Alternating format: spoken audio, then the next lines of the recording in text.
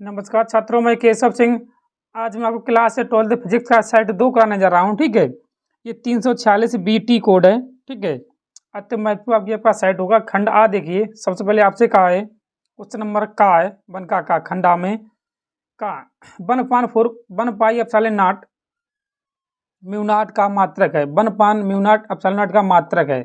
देखिए, ठीक है, ये आपके मैंने इसमें देखिए, ठीक है, ये देखिए 1/म्यू नॉट एप्सिलॉन नॉट का मात्रक है। ये आपका है मात्रक है मीटर स्क्वायर बटे सेकंड स्क्वायर, मीटर स्क्वायर बटे सेकंड स्क्वायर। ये है आपका मीटर स्क्वायर बटे सेकंड स्क्वायर, ये मात्रक है आपका। ठीक है, ठीक, इसी का खंड खा देखिए, आपसे कहा समीकरण E बराबर PC।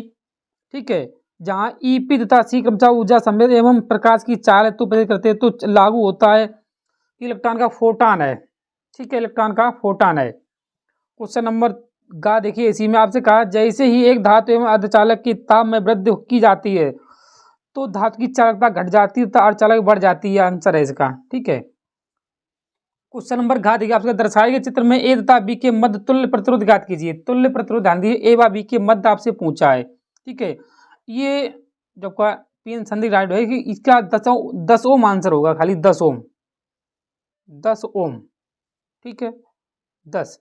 ठीक है, आगे देखिए क्वेश्चन नंबर 4 आपसे कहा है अमीटर का नेट प्रतिरोध कम होना चाहिए जिससे ये मापी जाने वाली धारा में प्रच्छेदीय परिवर्तन नहीं करता मीटर के लिए। ठीक है, क्वेश्चन नंबर 2 का देखिए, 2 का में आपसे कहा है कि हाइड्रोजन परमाणु इलेक्ट्रॉन की कक्षीय गति का न्यूनतम कोणीय संवेग लिखिए। ये हाइड्रोजन परमाणु में इलेक्ट्रॉन की कक्षीय गति होते हैं h/2π। इलेक्ट्रॉन की प्रथम कक्षा में कोणीय संवेग होता है। ठीक है, इसका दूसरे का है आंसर। ठीक है, दूसरे का देखिए इसी साइड का दूसरे। उससे आगे ये आपका क्वेश्चन नंबर है 2 का खा। आपका लेंस के प्रकाशिक केंद्र को परिभाषित कीजिए। देखिए, लेंस के प्रकाशिक केंद्र को परिभाषित कीजिए। ठीक है, इसे आप देखिए 2 का खा को आपसे कहा देखिए लेंस के प्रकाशिक केंद्र को परिभाषित कीजिए। देखिए, जब लेंस पर आपतित कोई प्रकाश किरण आपतित माने जो किरण लेंस की ओर आ रही। ठीक है, जब लेंस पर आपतित कोई प्रकाश किरण अपवर्तन के पश्चात आपतित किरण की समांतर दिशा में निर्गत होती तो लेंस के भीतर प्रकाश किरण का एक मार्ग मुख्य अक्ष के जिस बिंदु पर काटता हुआ प्रतीत होता वह लेंस का प्रकाशिक केंद्र कहलाता है। ठीक है, इससे एक बात देखिए। ठीक है, अब देखिए आप दो क्वेश्चन नंबर इसी का 2 का गा देखिए। देखिए का आपसे 2 का गा में कार्बन की अपेक्षा ये भी देखिए, तो कार्बन ये भी आपका कार्बन है। अंतर क्या है इसमें? परमाणु क्रमांक आपको देखिए कितना 6 है, प्रोटॉन की संख्या ये 6 है, क्रमांक 6। ठीक है, ये द्रव्यमान संख्या होती है 12, इसमें 14 है। ठीक है, प्रोटॉनों व न्यूट्रॉनों की अधिकता होती है। अब आप ध्यान दीजिए, सबसे पहले तो इस हिसाब से समझिए। इसमें देखिए प्रोटॉन न्यूट्रॉनों की अधिकता आपसे पूछी है, तब इसे आप देखिए इसमें ये आपका C6 है। ठीक है, और ये इसमें ये आपके प्रोटॉन है, इसमें प्रोटॉन समान है, इसमें भी प्रोटॉन समान है, 6 है। अब न्यूट्रॉन क्या होंगे? न्यूट्रॉन होंगे द्रव्यमान संख्या जो होती है उसे आप माइनस करिए। देखिए इसमें जब मान करिए 12 में से आप 6 जाए तो आपके 6 बचे। ठीक है, इसमें देखिए तो 14 में से आप 6 घटाओगे तो आपके 8 बचेंगे। देखिए इसमें आप 6 आ रहे, इसमें आपके 8 आ रहे, मतलब न्यूट्रॉन की संख्या समान नहीं है। ठीक है, प्रोटॉन की संख्या तो समान है लेकिन न्यूट्रॉन की संख्या जो है समान नहीं है। तो इसे आप देखिए इस हिसाब से ये है आपका आंसर इसका। देखिए तथा दोनों परमाणु में प्रोटॉन की संख्या समान होती है जबकि इसके अपेक्षा इसमें अपेक्षा न्यूट्रॉन संख्या अधिकता होती है। ठीक है, इसे आप नोट करिए। ठीक है, इससे आगे देखिए क्वेश्चन नंबर आगे देखिए इसी का आपसे क्या कहा 2 का गा देखिए। 2 का गा में आपसे कहा है 2 का गा सॉरी, एक AMU द्रव्यमान छत्ती में कितनी ऊर्जा निकलती है? एक AMU मतलब एटॉमिक मास यूनिट है ये। ठीक है, द्रव्यमान छत्त में कितनी ऊर्जा निकलती है? ठीक है, इसे आप देखिए। सबसे पहले ध्यान दीजिए एक चीज का कि आपका ये ध्यान रखिए कि 1 ग्राम परमाणु का भार जो है 12 ग्राम होता है। 1 ग्राम परमाणु का भार जो है 12 ग्राम होता है। ठीक है, कार्बन का ध्यान रखिए, कार्बन के 1 ग्राम परमाणु जो है कार्बन के 1 ग्राम परमाणु का भार 12 ग्राम होता है। इसे भी आप कहीं पर लिख लीजिए। ठीक है, कार्बन लिखिए, क्या लिखिए? कार्बन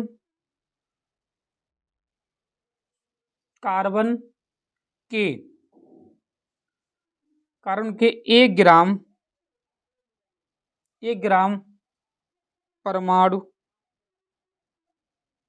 परमाणु का भार 12 ग्राम होता है, ग्राम होता, ठीक, इसे आप याद रखिए, ठीक है करके।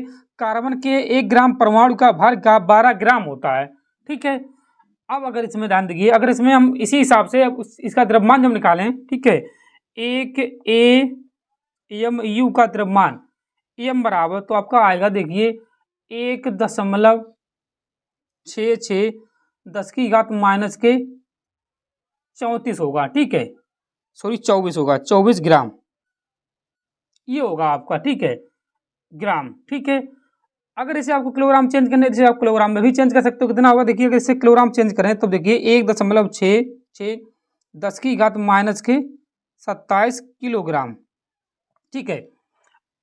तब इसे आप देखिए, आपसे क्या पूछा है, तब इसे आप देखिए, आपसे द्रव्यमान छत पूछी है, तो मालूम क्या होता है द्रव्यमान छत, ई बराबर एम सी स्क्वायर। सी क्या है, प्रकाश का वेग है निर्वात में 3 × 10 की घात में 8 मीटर बटे सेकेंड होगा, ठीक है। इसे ध्यान रखिए, अगर ये आपका समझ ना आए ये चीज़, ठीक है, तो उसे लिखी भेजिए, इसे कमेंट बॉक्स में लिख के समझा देंगे आपको, ठीक है। तब देखिए एम के जवाब से आप रखिए 1.66 10 की घात माइनस के 27 इंटू सी स्क्वायर 3 × 10 की घात में 8 का वर्ग है, ठीक है। अब देखिए इसे आप जीव कितनी उड़ाने दीजिए, 1.66 10 की घात माइनस के 27 3 का वर्ग 9 घातें आपकी हो जाएंगी कितनी 16, ठीक है, 3 का वर्ग आपका 9 है। अब देखिए 1.66 × 9 10 की घात उससे 16 आप घटा दिए, माइनस के 11 बचेंगी, ठीक है। अब जब इसे आप हल करोगे, ठीक है, जब इसे आप हल करे हो तो आपका ये देखिए 931, ठीक है, इसे हल करिए 931 आएगा, ठीक है, और मेगा इलेक्ट्रॉन वोल्ट, ठीक है, इससे आप नोट करिए। इस अगला सवाल देखिए, आपसे कहा इससे आगे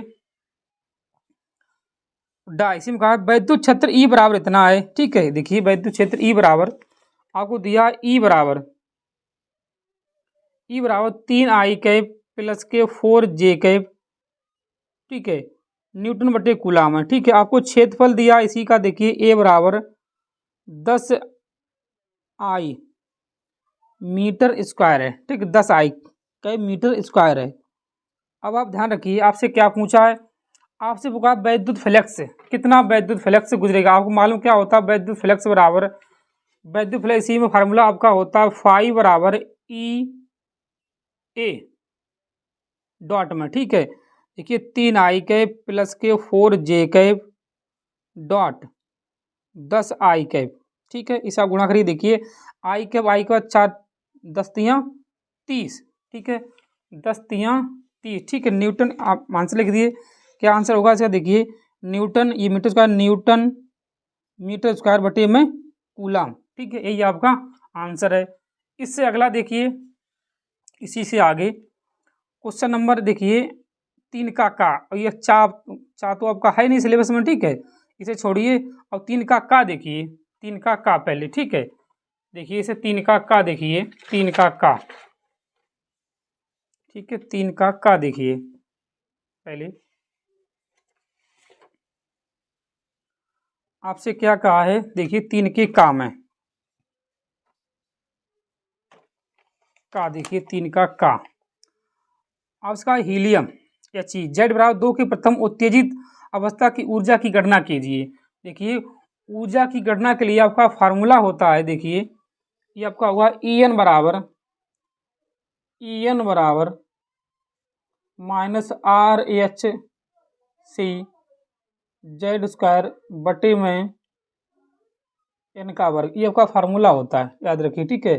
अब आपको दिया कितना दिया, देखिए आपको दिया RHC बराबर दिया 13 होता है 6 माइनस में, ठीक है।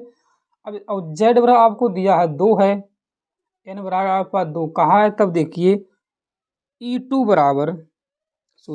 बराबर इसके जवाब इसे रखिए 13.6 गुणे जेड का 2 का वर्ग बटे में यहाँ भी एन के जगह पे 2 का वर्ग, तब देखिए ई एन बराबर 13.6, सॉरी ये माइनस आ गया, ठीक है, माइनस 2 का वर्ग 4 ओवरटे में भी 4, 4 आप कैंसिल करिए तो आपको होगा E2 या E2 बराबर माइनस के 13.6 इलेक्ट्रॉन वोल्ट ही आंसर है, ठीक है। इसे आप नोट करिए, 3 का आपका आंसर है ये, 3 का कंप्लीट हो गया, ठीक है। अब 3 का खा देखिए, 3 का खा आपसे क्या कहा देखिए, 3 का खा में ये है 3 का खा। अब इसका मुक्त इलेक्ट्रॉनों का अपवाह वेग होता है अनुगमन वेग। मुक्त इलेक्ट्रॉनों का अपवाह वेग या अनुगमन वेग की परिभाषा दीजिए तथा अनुगमन वेग एवं धारा घनत्व में संबंध लिखिए, ठीक है। इसे आप देखिए ये है आपकी, ये इलेक्ट्रॉनों को प्राप्त वह सूक्ष्म नियत वेग जो मुक्त इलेक्ट्रॉनों के तार की लंबाई के अनुदिश उच्च विभव वाले सिरे की ओर गति के लिए प्रेरित करता है, अनुगमन वेग कहलाता है, ठीक है। अनुगमन वेग तथा धारा घनत्व में संबंध, ये कि हम लिखते हैं अनुगमन वेग को BD से लिखते हैं, ठीक है। BD बराबर J/NE, जहाँ J धारा घनत्व है, N चालक के एकांक आयतन में मुक्त इलेक्ट्रॉनों की संख्या है, E जो इलेक्ट्रॉन का आवेश है, ठीक है। इसे दोबारा पढ़िए, ठीक, इसे आप लिखिए, ठीक है। अब इससे आगे देखिए, क्वेश्चन नंबर है आपका 3 का गा। आपसे कहा है देखिए 3 का गा, विद्युत द्विध्रुव की अक्षीय रेखा पर विद्युत विभव की सूत्र लिखिए, ठीक है। अक्षीय रेखा पर विद्युत विभव का आपका सूत्र लिखने हैं, ठीक है। तब इसे आप देखिए, अक्षीय के लिए आपका फार्मूला क्या होता है, देखिए अक्षीय के लिए ये होता है, ठीक है। अक्षीय के लिए ये है, देखिए विद्युत द्विध्रुव की अक्षीय रेखा पर विद्युत विभव का सूत्र होता है अक्षीय स्थिति में U बराबर 1/4πε0P/r² तथा निरक्षीय स्थिति में इसका मान 0 होता है, इसे भी याद रखिए, ठीक है। इसी का क्वेश्चन नंबर अगला देखिए आपसे, क्वेश्चन नंबर 3 का घा में आपसे कहा द्रव तरंगें क्या होती हैं, दे ब्रांगली तरंग का समीकरण लिखिए। देखिए ये देखिए द्रव तरंगें क्या होती हैं, देखिए ये है द्रव तरंगें क्या होती हैं, दे ब्रांगली तरंग का समीकरण लिखिए। देखिए द्रव तरंगें गतिमान द्रव्य कण से संबंध तरंगें द्रव तरंगें तथा अथवा दे ब्रांगली तरंगें कहलाती हैं। इनकी तरंग का सूत्र लैम्डा बराबर H/mb है, जहाँ m कण का द्रव्यमान है, b कण का वेग है, ठीक है। इससे आप नोट किए। इससे आगे देखिए क्वेश्चन नंबर है आपका 3 का क्रांति कोण की परिभाषा दीजिए, प्रकाशिक तंत्र की कार्यविधि का उल्लेख कीजिए। देखिए प्रकाशिक केंद्र, क्वेश्चन नंबर 3 का कंप्लीट है। क्वेश्चन नंबर 4 देखिए, ठीक है। प्रकाशिक केंद्र की आप परिभाषा करने हैं, आपको लिखने हैं, देखिए ये है आपकी परिभाषा, इसे आप लिखिए, ये है क्रांति कोण की परिभाषा। जब विरल माध्यम में बने अपवर्तन कोण का मान 90 अंश होता है, जब सघन माध्यम में बने आपतन कोण के क्रांतिक कोण कहते हैं, कोण को क्रांतिक कोण कहते हैं, ठीक है। इसे आप आगे देखिए, प्रकाशिक तंत्र की कार्यविधि। जब प्रकाश तंत्र एक सिरे के छोटे कोण पर आपतित होता है, वह तंतु के अंदर से गुजरने लगता है। इसका तंतु और प्लेनिंग के अंतरापृष्ठ से बार बार पूर्ण आंतरिक परावर्तन होता है, क्योंकि आपतन कोण का मान क्रांतिक कोण से अधिक होता है। उस प्रकाश इस प्रकार कई बार पूर्ण आंतरिक परावर्तन के पश्चात प्रकाश अंत में दूसरे सिरे से उतनी ही तीव्रता के साथ बाहर निकलता है, ठीक है। ये है आपका। इससे आगे देखिए क्वेश्चन नंबर है आपका 4 का खा। देखिए आपसे कहा एक धातु का कार्यफलन इतना है, यदि इस धातु में इतनी हर्ट्ज आवृत्ति का प्रकाश कण पुंज डाला जाए तो सस्तंभ विभव की गणना कीजिए, ठीक है। आपसे विभव का मान पूछा है, तब आप देखिए इसे विभव के लिए इसका क्या फार्मूला होता है, इसे आप देखिए। आपको पहले क्या दिया, देखिए W बराबर आपको दिया है, W बराबर आपको दिया है, कितना दिया है, आज बार W बराबर है 2.5 गुणे 10⁻⁻⁹ जूल, ठीक है।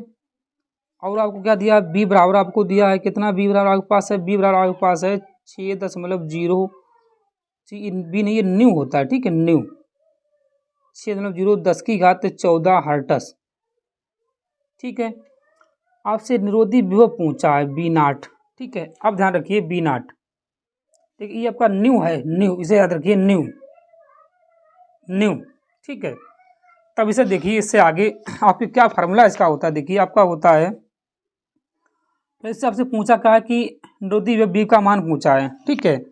तब इसे देखिए आप, ये आपका होगा ई के या बी बराबर या बी नाट बराबर एच न्यू माइनस के ओमेगा बटे ई आपका फार्मूला होता है, ठीक है। अब देखिए एच का मान कितना होता है आपको मालूम, बच्चे को मालूम है एच का मान कितना होता है, 6.6 10 की घात माइनस के 34 होता है, ठीक है। और बी का मान आपको दिया 6.0 10 की घात 14, ठीक है। माइनस के ओमेगा आपको दिया 2.5 10 की घात, डब्ल्यू लिखो, ओमेगा नहीं डब्ल्यू है, ठीक है। कारफलन को डब्ल्यू से लिखते हैं, ठीक है। और 1.6 10 की घात माइनस के 19, ठीक है।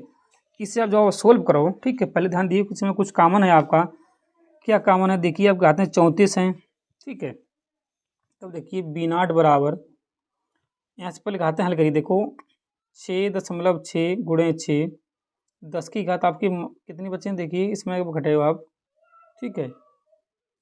इसमें आपकी जब घातें घटे हैं 14 में से कितने बचे हैं, देखिए 6,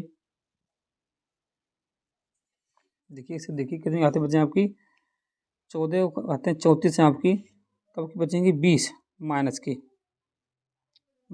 2.5 10 की घात माइनस के 9 बटे में ये आपका है 1.6 10 की घात माइनस के 19 है, ठीक है। इतना बचा है आपका, ये थोड़ी मिस्टेक मालूम पड़ी, ठीक है। इसमें आपको कारफलन जो दिया है शायद घातें 19 होगी आंसर में, देखिए, ठीक है। इसमें 9 दी फिलहाल में, कि इसमें आप जब कैलकुलेशन करें तो उसका बहुत बड़ा होगा, ठीक है। इसे आप देख के बताइए आपकी घातें कितनी है कारफलन में, ठीक है। जो आपकी कारफलन में घातें हैं, ठीक, उसके बाद आप सोल्व करिए, ठीक है। इसे आप स्वयं करिए, अगर ना कर पाओ तो उसे मैं लिख के भेजिए, क्योंकि मैं थोड़ा मिस्टेक मालूम पड़ा आंसर में इसमें, जब घातें 9 नहीं है, घातें माइनस के 19 होंगी, ठीक है। तब ये घातें काम ली, जिसे मतलब सोल्व कीजिए एकदम, ऐसे अगर सोल्व करें तो उसे माइनस 20 घातें लिखे तो बहुत बड़ा हो जाएगा, ठीक है। अगर ये ऐसा है अगर, तो सीधा अनंत लिख दीजिए इसमें, ठीक है, अनंत तक, क्योंकि ये सोल्व नहीं होगा, इससे ज़्यादा है, ठीक है। अब इससे आगे देखिए क्वेश्चन नंबर इसी का है गा, बायो सेवर्ट के नियम की व्याख्या कीजिए तथा बायो सेवर्ट समीकरण की सहायता से म्यूनट का मात्रक लिखिए, ठीक है। म्यूनट का मात्रक लिखिए, अति महत्वपूर्ण क्वेश्चन है, ठीक है। इसे आप देखिए, बायो सेवर्ट का नियम देखिए, अति महत्वपूर्ण क्वेश्चन है बायो सेवर्ट के नियम, ठीक है। इसे आप पढ़िए, ठीक है, बायो सेवर्ट के नियम को, ठीक है। देखिए बायो सेवर्ट का नियम, किसी धारावाही चालक ए के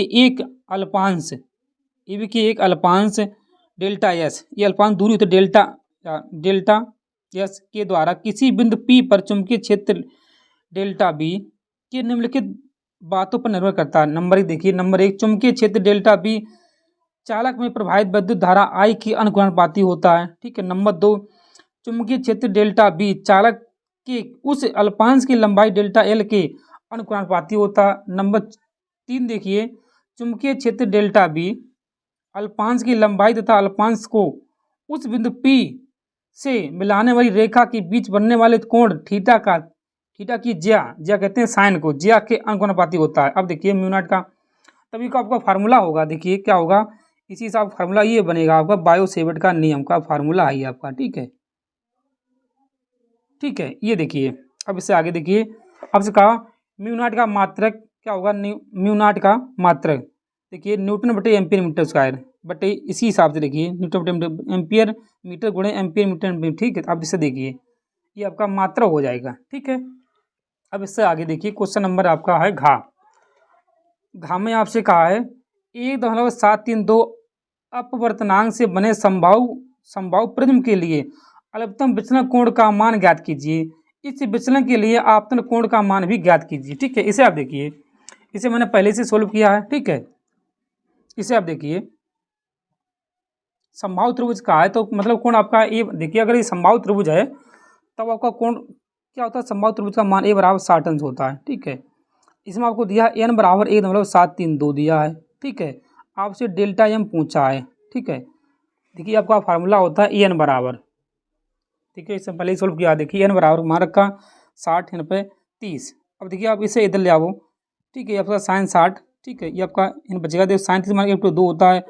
ये आपका √3 का मान है, आपको मालूम √3 का मान कितना होता है, 1.732 होता है, ठीक है। इसे आप इधर ले आओ तो इसका साइन 60 का मान बन जाए, ठीक है। अब साइन साइन आप कैंसिल कर दिए, तब देखिए इधर आप देखिए 6 दूनी 12 120 हो जाएगा आपका, ठीक है। अब 60 आप इसे घटा दो, 120 में 60 जाए आपके कितने बचे आपके 60 अंश ही बचेंगे, ठीक है। ये आपका आंसर है, ठीक है। आपसे आई का मान पूछा तो देखिए डेल्टा एम भी आपका 60 है, ये आपका 60 है तो 120 भाग दिया आपका 60 बचे, ठीक है। इस नोट की अति महत्वपूर्ण क्वेश्चन है आपका, ठीक है। IMP से लिखिए IMP, ठीक है। इससे आगे देखिए क्वेश्चन नंबर है आपका